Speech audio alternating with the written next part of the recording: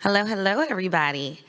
Thank you all for being here live and punctual. We have an amazing session coming up shortly. My name is Desiree. I am here for the first year at AWE, so I'm really, really grateful to be around all of you guys. Let's connect and we'll move forward from there. But in the meantime, for what is coming up next, we have Dan and Leslie Marshall from Mesmerise, and they will be speaking about brands, startups to Fortune 500s, how they can use XR in the workplace. So this is going to be an amazing session. I'm really, really excited. So take questions, write them down. We'll do Q&A right after, and let's have a good time. Welcome. Thank you.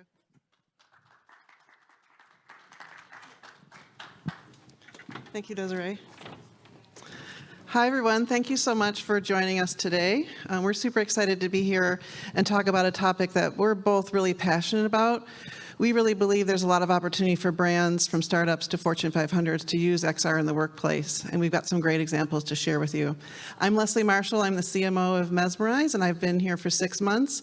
And I'm also a former customer of Mesmerise, and I'll be sharing a little bit of my experience and how we used VR when I worked at Morningstar as a Mesmerise customer. Yeah, I'm Dan Donovan. I'm head of solution architecture at Mesmerise. I've joined Mesmerise fairly recently, within the last couple of months. Prior to that, I was the CTO of a software platform at EY, Ernst & Young, focused mainly on data and analytics for most of my career.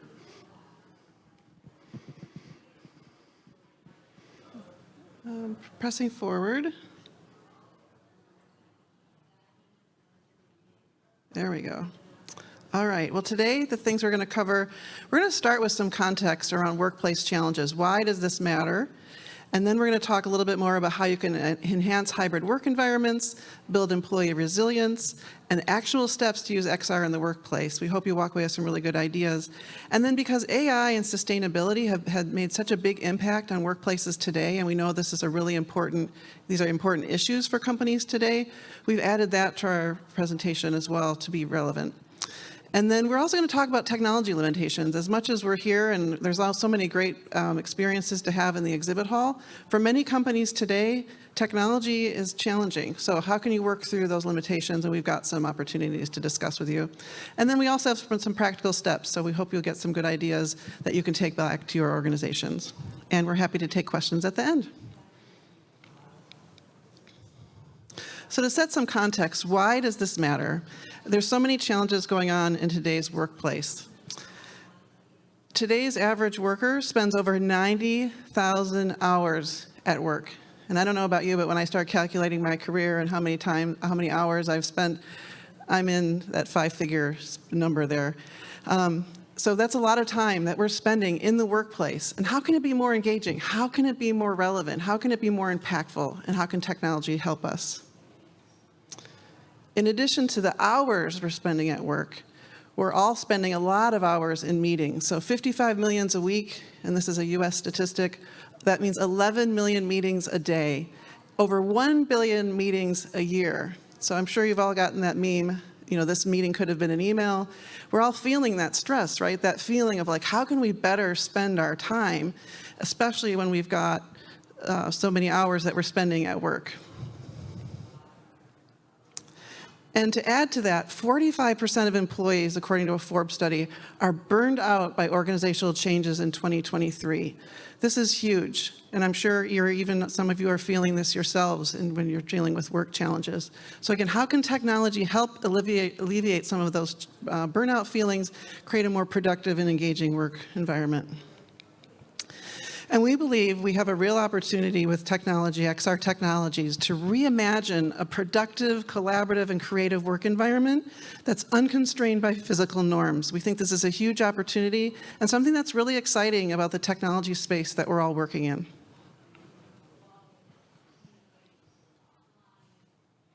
And in fact, at Mesmerise, we have a vision that there's a lot of potential to unlock human potential through groundbreaking use of immersive technology, responsible use of AI, and sustainability.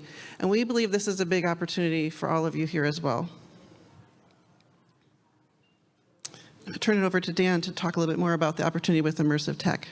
Sure. Thanks, Leslie. So I think it's important right from the beginning to talk about kind of the drivers of both, sponsorship and adoption of the ways that we can employ immersive technologies in the workplace.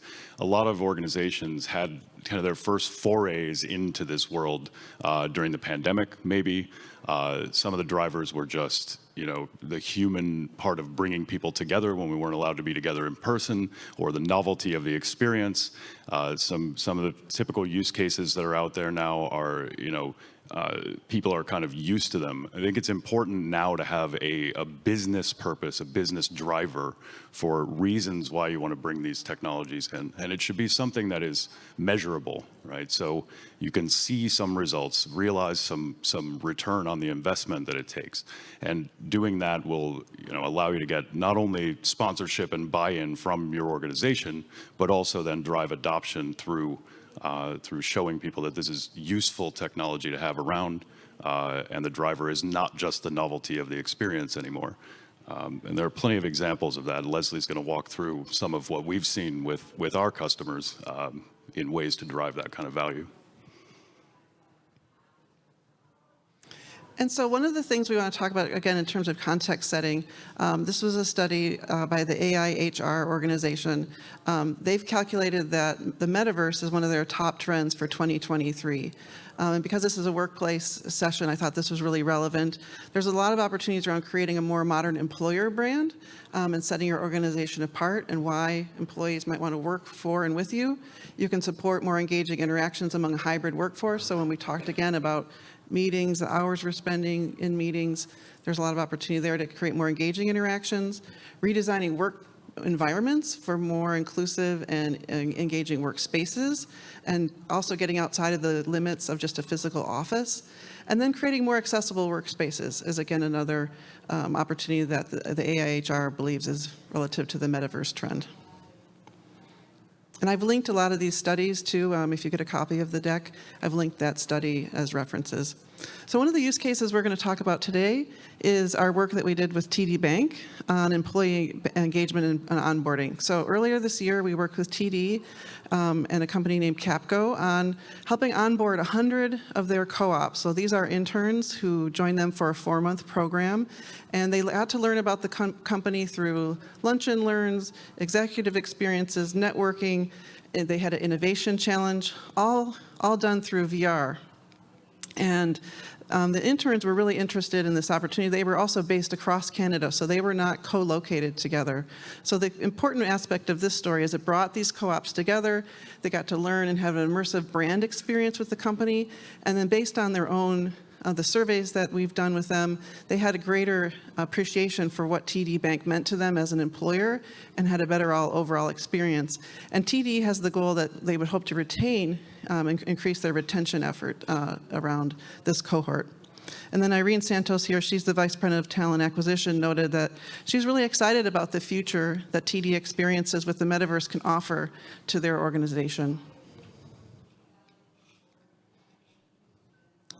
So when you think about virtual reality and virtual spaces, there's lots of opportunities. Think about new ways that you can bring clients together wherever they are in the world and host a more engaging experience.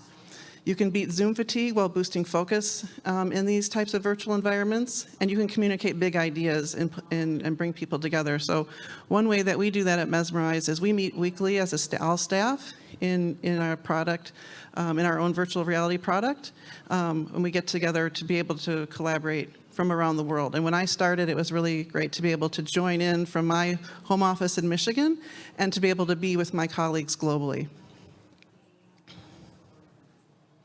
Another example that we've deployed is working with King's College of London on surgical training. And so the example that you see here on the right with the red object, that's actually a 3D model of a tumor. And so students were gathered in this learning space, and the professor was explaining the different aspects of the tumor and how it was affecting the heart. And he could walk around the model, show the different things that the students needed to know about that model. And we found from the results of this example compared to teams, the people who did the student training in VR had a 4 times higher retention rate on what they were learning and the skills that they were able to obtain versus the group that did the same lesson in teams. And the students also commented that this was revolutionary in terms of medical education and really improved their understanding of the surgical case. And in a field like medical and surgical applications, you really want to make sure that students are learning and applying what they need to know and taking that knowledge to be more effective doctors and surgeons. And even for our own use cases across the Mesmerise group, as I mentioned, we have our all-staff meetings in VR, but you could be thinking like, who do you want to meet and who do you want to bring together, and bringing them together for fireside chats or leadership conversations. So we hosted a fireside chat in the metaverse, a series of 3 events with a company called Charter. They specialize in workplace content. They're a media organization, and we featured thought leadership from from Mesmerise, as well as partnering with the media company Charter to bring everyone together. And we had over 90 requests to join this exclusive event. We accepted 30 of those invitations. We recorded that content, and then we're going to be able to share that content to all 90 people actually who wanted to come. So you can have a before, during, and after strategy around inviting people into your VR, making it an exclusive event, and then using that same content later to engage with people. Now I'm going to turn over to Dan, who's going to talk a little bit more about AI and its applications. So I think it's important to acknowledge that not only from the hype cycle of AI that's come about from GPT and the other large language models that are getting a lot of attention lately, but really we use artificial intelligence technologies as part of building immersive experiences already anyway, right? And I think that with this huge hype cycle that's kind of overtaken the conversation in some ways, it helps if we can use that as a grounding point to kind of help organizations find a place where they can start today to build a roadmap towards a more immersive future, right? And so if you think about some of the use cases that Leslie was just talking about, if you think about an HR process, for example, that starts from recruiting and screening candidates and interviewing candidates and evaluating candidates, making selections, hiring people, tracking those outcomes. That's something that is ripe to develop into a much more immersive, much more automated kind of digital process over the next few years. Organizations could start today, though, using the AI technologies that are out there that are emerging and take all of the historic data that they have from that whole HR process and start automating some of that initial screening, finding the right candidates, evaluating responses from initial interviews, and those kinds of things.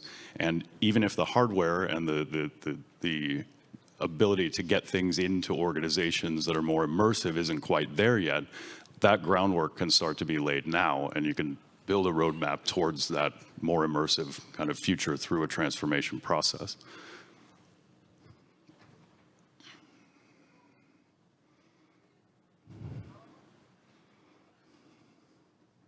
Oh, an example that is at the front of everyone's mind is AI-powered personal assistants and digital humans, right? The technology is catching up to itself in some ways, right? Because you have these large language models that are prone to hallucinations and prone to lots of things that need guardrails put around them. They're also much more useful if you start to train them on proprietary data sets, right? And in some ways layer a kind of expert system on top of them. But in the immersive world, I mean, we already have technology out there through avatars and digital humans and things to really make these things come to life.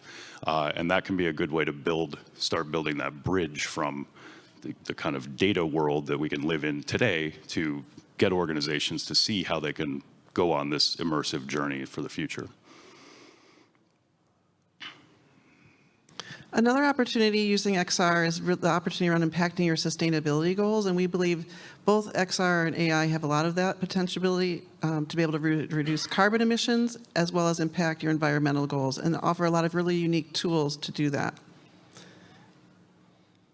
So one of the things that our data team has put together is a carbon savings report. So for every event that we've hosted in a virtual reality space, we can demonstrate how that event has both reduced carbon emissions. You see that on the left side, where you can look at the actual reduction in CO2 emissions. For a particular event we hosted, I mentioned Charter earlier, we were able to demonstrate that if we'd taken everyone from the US to Mesmerise's headquarters in London, by hosting that event in VR, we reduced carbon emissions by 97%.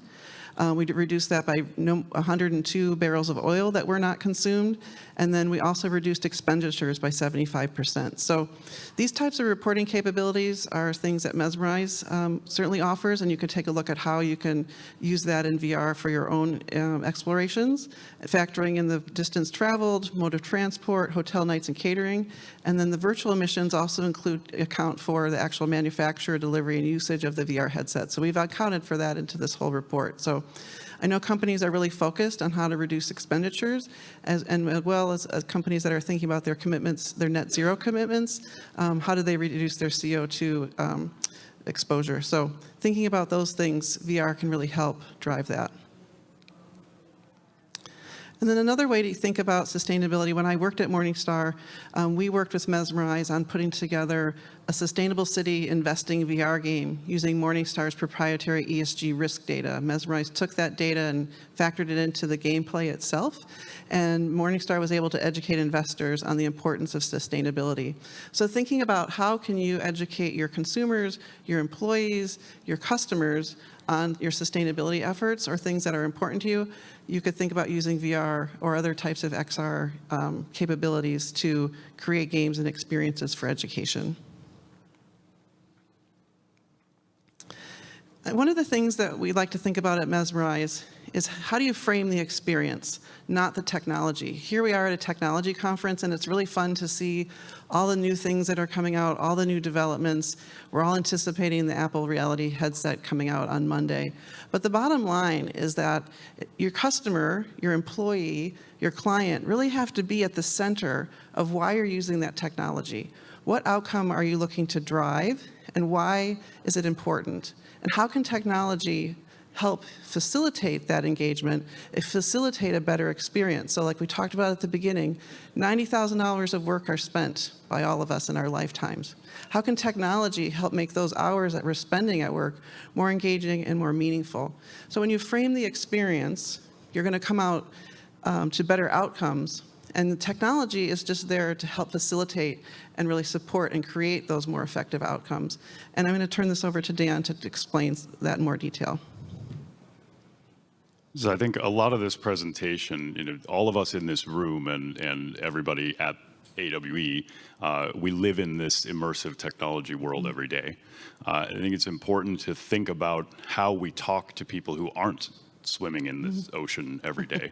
And if you believe the clickbait headlines the last few weeks, we should all be planning the funeral for the metaverse and all of that stuff.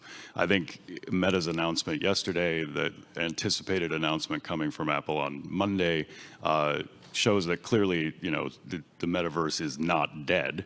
But there are some limitations that I think people see as barriers to even getting involved in this world or even making a real business case for using these technologies.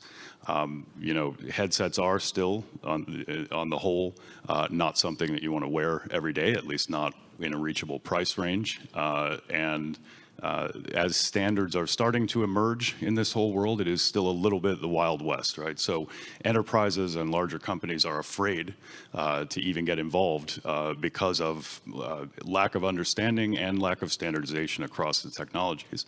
I think we all anticipate a world where the hardware catches up to what we want to make these experiences like, and the applications that we know can be possible. While we're waiting, in some ways, for the hardware and the whole environment to kind of catch up to our vision, there are all these concrete things you can do today to change that conversation so that people aren't falling for, some clickbait headline about the whole world ending or whatever.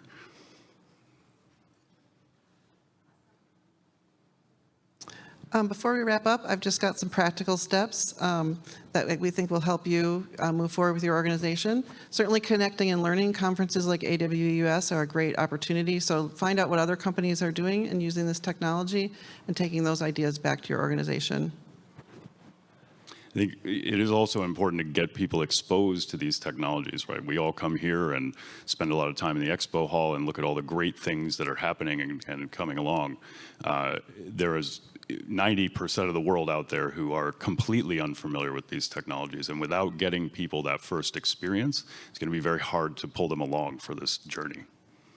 And so you can host a tech open house, bring the technologies in, let them try headsets, let them try AR experiences through mobile, let them try 2D experiences, get them exposed, let them ask questions, and make it friendly and easy for them to do that. And if you're in a position to, especially if you work for a technology company, think about creating a team that's just experimenting and doing some R&D and thinking about what's possible and making these experiences available to other employees and things like that. We have a pretty extensive R&D team that really just create amazing, wonderful mixed reality and virtual reality experiences, and we share those with customers, with our own employees, and just try to get people exposed to what's possible. And finally, you can create a pilot program with a trusted vendor that includes specific outcomes. As I said, you really want to think about the outcome that you're trying to drive with these experiences, put the customer at the center of it, test, measure, iterate, repeat, and you'll keep adding to your own innovation and development in your own workplaces. And with that, we've got some resources that we've compiled here. There's certainly not across the whole spectrum of what's out there about this space, but there are some resources that I use in my own studies, and we'll take questions.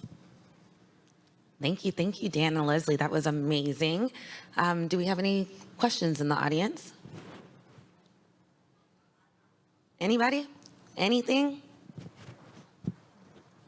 I get it. I'm hungry too. Okay. Do you guys like to let us know how we can get in contact with you? What's the best ways to kind of learn, pick your brain? Or... Yeah, sure. So will attendees get the copy of these decks? Not that I'm aware of. Okay. Well, I'm happy to send it. So my email is Leslie, Leslie, at mesmerisevr.com. You can also reach out to me through LinkedIn. I'm Leslie A. Marshall on LinkedIn. I'm happy to send this deck to you, and happy also to connect with LinkedIn. I'm always happy to network with new folks.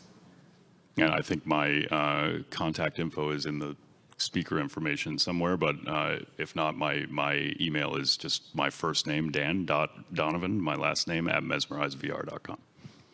Thank you, guys. Yeah, thank you. Have a great day, everyone. All right.